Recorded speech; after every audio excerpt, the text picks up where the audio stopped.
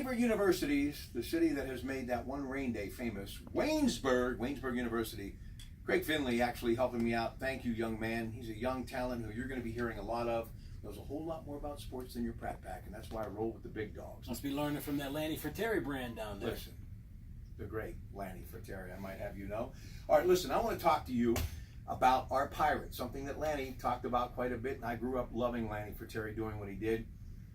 They have a chance today to at least split this series, but you think of the two first games that got away because of a total of 2 runs. Kind of sad.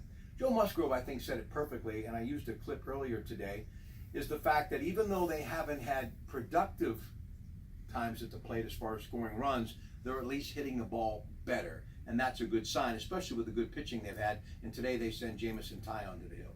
Yeah, and they need to get a good outing from Tyone, who, coming into the season, we looked like, hey, this is going to be our ace. He's basically a 500 pitcher, and a lot of times wins and losses aren't the way that you determine how good of a season a pitcher's having, but ultimately that's what you need, is to be able to win your games, and he needs to get back to that, get to 10-9. It would be nice for him to keep the Cubs at bay long enough for the Pirates to get some runs on the board today.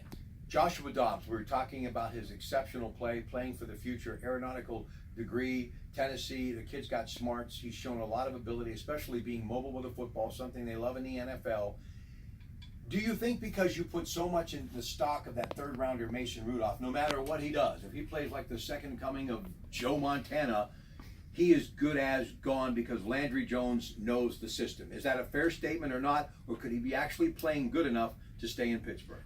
I think that he could be able to make a statement that is strong enough because of his intelligence and that background in football intelligence, not just regular intelligence, that maybe that could be the one thing that gets him over the top to be able to stay. They're not going to cut Mason Rudolph, but whether or not they're going to keep Jones or maybe use Jones as trade bait to get a left tackle, or not left tackle, but a swing tackle, could be the other option. All right, Pat Narduzzi, is this the season to determine his future at the University of Pittsburgh?